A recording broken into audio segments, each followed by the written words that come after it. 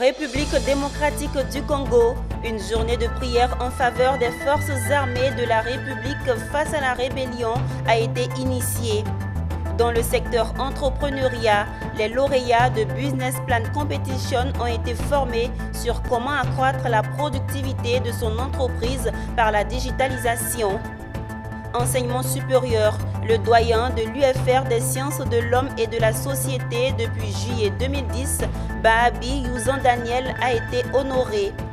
Et puis à San Pedro, la direction régionale des impôts d'Abidjan Sud 2 était en excursion.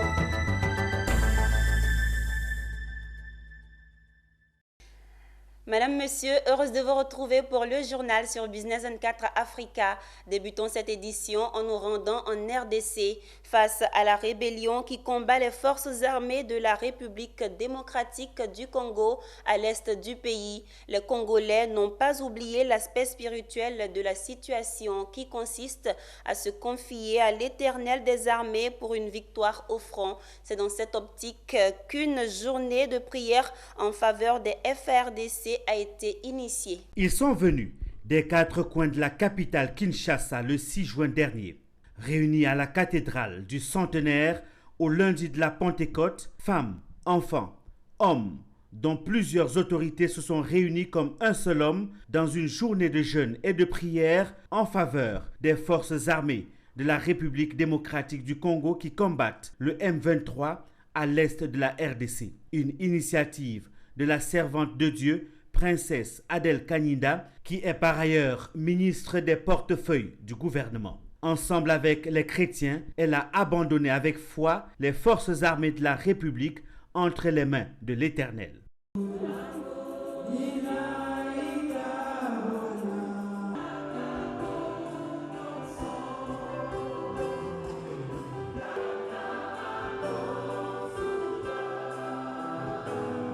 La RDC, avec toute sa richesse, ne peut donc pas se développer sans la paix sur l'ensemble de son territoire. Pour la servante de l'Éternel, Adèle Kaninda, en se prosternant devant Dieu, l'on doit s'attendre aux miracles et les prodiges à l'est de la RDC. Cette action est une arme qui doit donner la victoire aux forces armées de la République démocratique du Congo. La RDC, qui a été dédiée à Dieu par le chef de l'État, Félix Tshisekedi, ne peut donc rien craindre, quelle que soit la tempête.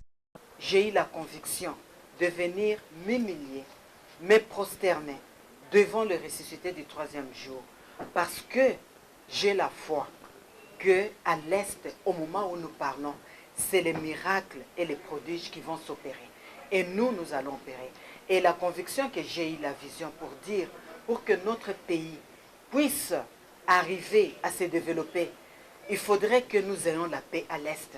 Notons par ailleurs que la République démocratique du Congo est secouée dans sa partie Est par une instabilité avec plusieurs groupes armés, avec pour certains des bases arrières aux pays voisins, notamment au Rwanda. L'un des groupes armés le plus en vue est le M23 qui défraie la chronique ces derniers jours. Ce groupe a lancé les attaques contre les positions de l'armée régulière les 22 et 23 mai, faisant monter les tensions entre la RDC et le Rwanda, qui est pointé du doigt par les autorités congolaises comme un soutien de ce groupe rebelle. La journée de prière organisée en faveur des FARDC s'est achevée avec une marche symbolique aux côtés de quelques éléments des forces armées présents à la cathédrale brandissant le drapeau de la RDC. C'était un reportage signé Sarah Kayeye et Freddy Lumbala. Retour en Côte d'Ivoire pour parler de formation avec les lauréats de Business Plan Competition de la CGECI. Le masterclass présent s'articulait autour du thème « Comment accroître sa productivité par la digitalisation ». Cette séance riche en partage d'expériences qui s'est tenue dans les locaux de la CGECI avait pour objet l'utilité de la digitalisation pour la santé économique d'une entreprise Anja Semian et Doumbia Ayuba. Ils sont issus du Business Plan Competition 2021, ces participants qui ont bénéficié de cette masterclass, la 11e du genre organisée par la CGECI sous le thème « Accroître sa productivité par la digitalisation de sa gestion ».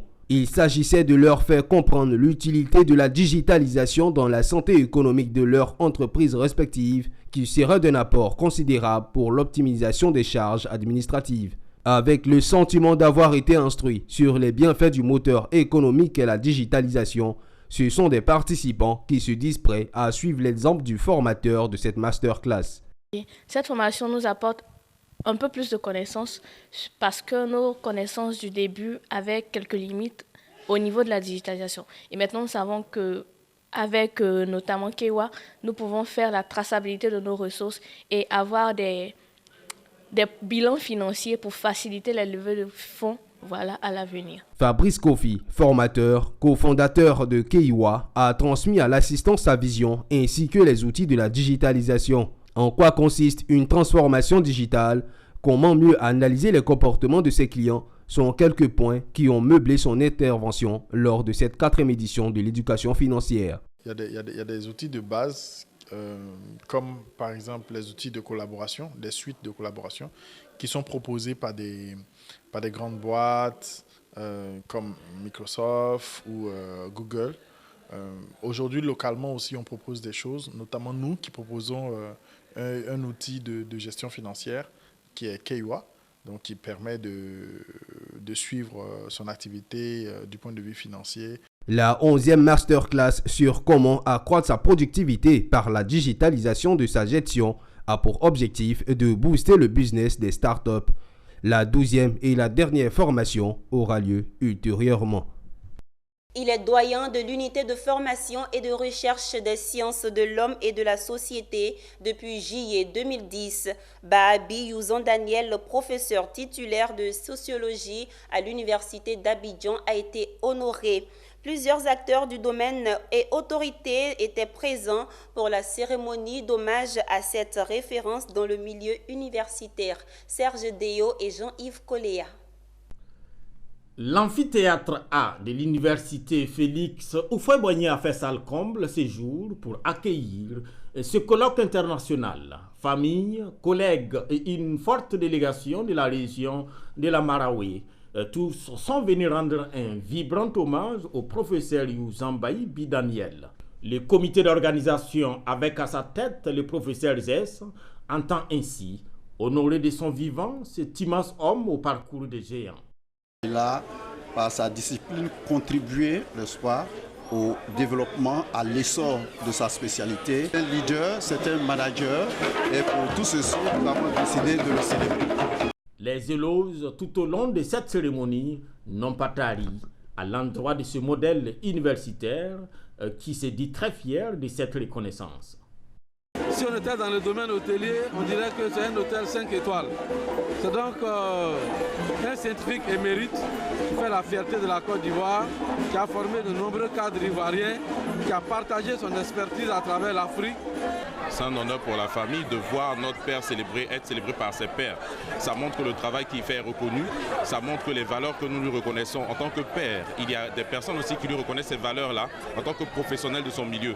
Quel mérite particulier j'ai pour que toute l'université se mobilise.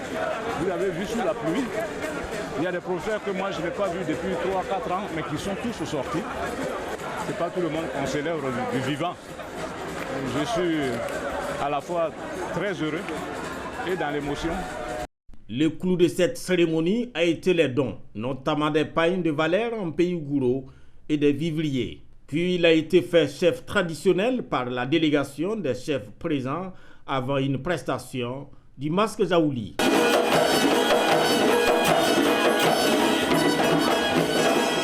En marge de son brillant parcours universitaire, Youzambaï Daniel a occupé plusieurs fonctions dans l'administration ivoirienne. Et comme l'a dit John Kennedy dans un discours dans le Massachusetts, on connaît une nation aux hommes qu'elle produit, mais aussi à ce dont elle se souvient et qu'elle honore. Eh bien, cette célèbre citation a eu tout son sens au temple du savoir ivoirien qu'est l'université Félix Houphouët-Boigny. Le collectif des jeunes leaders de San Pedro a initié une conférence sur le thème « Le salariat, unique voie d'insertion professionnelle des jeunes ». Conférence animée par l'honorable Touré Nanterre, docteur en pédologie, enseignant-chercheur à l'université Félix Houphouët-Boigny. Walter Kofi nous commente ce reportage d'Abel Kwao. C'est la salle Rotary Club de Seweke qui a servi de cadre pour la première édition de Meetup San Pedro. Salle comble, jeunes, adultes, chefs de service, directeurs, tous veulent en savoir davantage sur le thème de la conférence, animée par l'honorable Nanterre Touré, docteur en pédologie, enseignante-chercheur à l'université Félix Houphouët-Boigny. Elle a indiqué que les jeunes doivent entreprendre car l'entrepreneuriat est le monde de demain. Elle invite les jeunes à se rapprocher des agences emploi jeunes pour bénéficier des fonds disponibles. Durant 2 heures, l'honorable était face à son auditoire. Après vint la série des échanges et réactions des participants. Encourager les jeunes à entreprendre, à se lancer dans l'entrepreneuriat, parce que l'entrepreneuriat, c'est le monde de demain. De moins en moins, il y a de place dans les entreprises, il y a de place dans les administrations. Et ce qui nous reste, l'alternative qui reste à notre jeunesse, c'est d'entreprendre, c'est de se lancer. Donc le but justement de cette conférence, c'était de leur donner déjà quelques clés pour qu'ils puissent se lancer, pour qu'ils puissent comprendre également l'environnement qui entoure l'entrepreneuriat, quels sont les défis auxquels ils seront certainement confrontés. Et nous avons initié cette activité pour permettre aux jeunes d'être autonomes à San Pedro. Aujourd'hui, l'entrepreneuriat est une chose que les jeunes veulent embrasser, mais malheureusement, ils n'ont pas d'informations réelles, ils n'ont pas de conseils, ils n'ont pas d'orientation. En dehors du salariat, on peut avoir encore d'autres sources de revenus telles que l'entrepreneuriat. Donc j'ai appris énormément de choses aujourd'hui. L'entrepreneuriat. Et aujourd'hui, leur action fait que les jeunes s'intéressent de plus en plus à cette activité, mais mieux se rapprochent davantage des offres de services de l'agence emploi jeunes. Rappelons que le collectif des jeunes leaders de San Pedro regroupe le Parlement des jeunes, le Conseil estudiantin et la confrérie des frères. Toujours à San Pedro, les agents de la direction régionale des impôts d'Abidjan Sud 2, réunis au sein de la mutuelle La Fraternelle, ont organisé une excursion dans la ville balnéaire. Une occasion pour eux de visiter les sites touristiques et raffermir leurs liens en tant que collègues. Tous en tenue relax, les agents de la direction régionale des impôts d'Abidjan Sud, membres de la mutuelle La Fraternelle, ont participé à une sortie détente. Fitness, match de football, visite des sites touristiques de la ville balnéaire de San Pedro étaient au programme.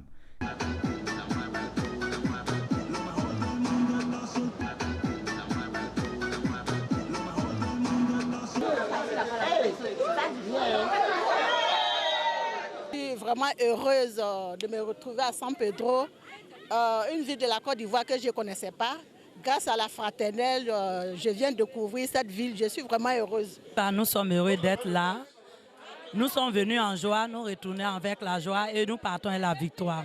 Vous ne doutez pas de ce que, au niveau de la Direction générale des impôts, il y a une forte pression pour réaliser les missions qui nous sont confiées. Donc après les intenses efforts, il est bon de décompresser. Et ce qui explique ce déplacement à San Pedro pour détendre, décompresser, pour qu'après le long week-end, nous allions pour réussir toutes les missions qui nous sont confiées.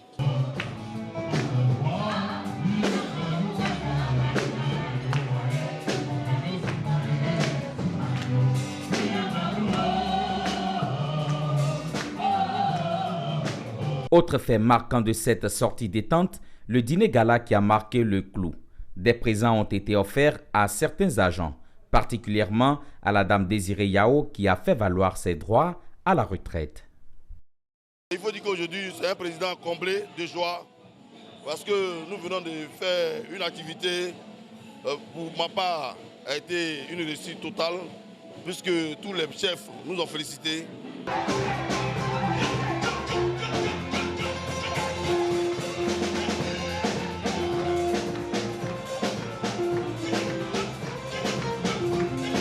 Ce reportage était signé Abel Kwao et commenté par Mon Désir Nascimento. Après avoir sillonné toutes les régions de la Côte d'Ivoire, c'est la ville de Yamoussoukro qui a accueilli la grande finale de la 5e édition du concours d'art oratoire dénommé La Flamme linguistique. Au cours de cette finale, les candidats se sont prononcés sur le terrorisme en Afrique à travers l'art oratoire en français et en anglais, aussi à travers des slams et des débats. C'est une salle comblée qui a accueilli les étudiants venus de grandes écoles et universités de Côte d'Ivoire pour encourager les 20 candidats finalistes sur les 340 en phase éliminatoire à cette 5e édition du concours d'art oratoire intitulé La Flamme linguistique. Un concours qui réunit chaque année les étudiants de grandes écoles et universités de Côte d'Ivoire sur une thématique.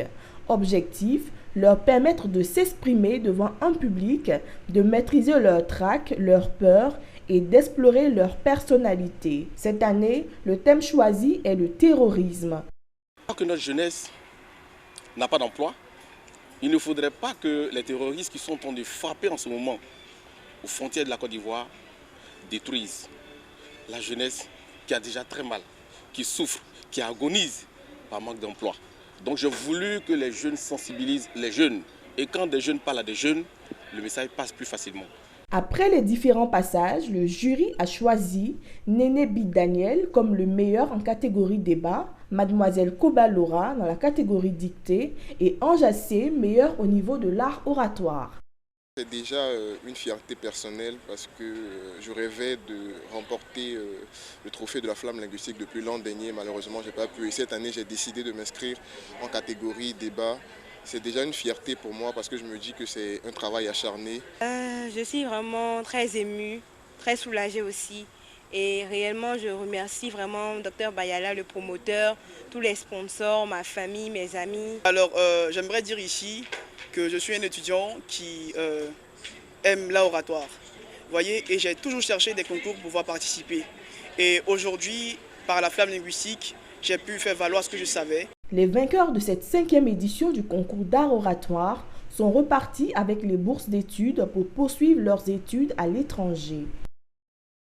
La ville de Daloa, au centre-ouest de la Côte d'Ivoire, a accueilli le secrétariat exécutif de la mutuelle Saint-Raphaël de l'Église catholique du pays. À cette occasion, il eut le lancement des prestations sociales en vue d'aider les travailleurs des écoles catholiques à bénéficier désormais de la couverture maladie et d'autres prestations. Emmanuel Quadio, Marie-Christelle Zogueyi.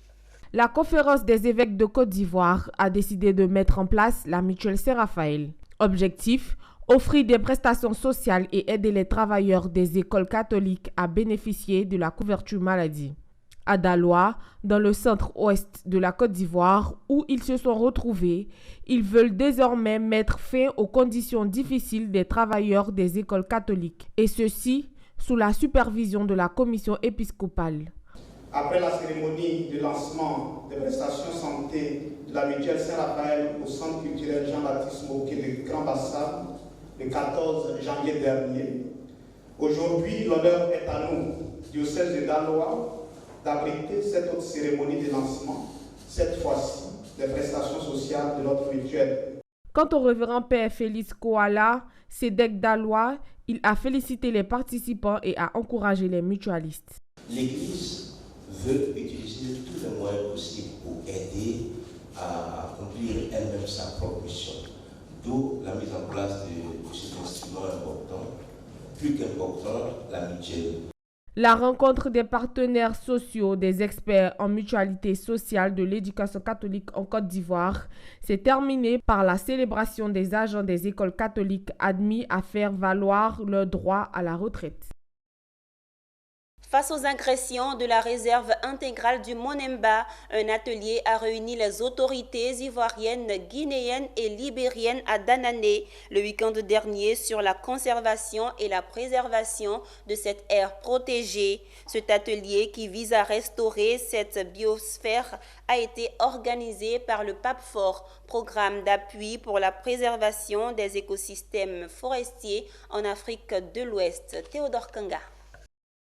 La situation de la réserve naturelle intégrale du Monemba côté Guinée est alarmante car Ce patrimoine forestier est agressé par l'exploitation minière, la déforestation et autres activités agricoles. Face donc à cette situation, une rencontre tripartite entre experts de l'environnement venus de la Côte d'Ivoire, la Guinée et du Libéria se sont concertés pour trouver les mécanismes et moyens pour sauver ce patrimoine en péril.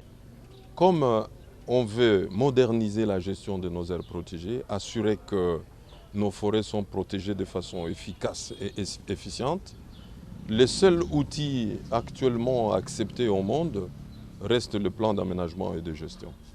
C'est pour ça que l'Union européenne, avec l'UMOA et la CEDEAO, ils ont signé des accords pour que l'Union européenne finance un projet qu'on appelle PAPFOR, afin d'arriver à la préservation de ces forêts. Pour ce qui concerne la partie ivoirienne, l'espace se porte mieux.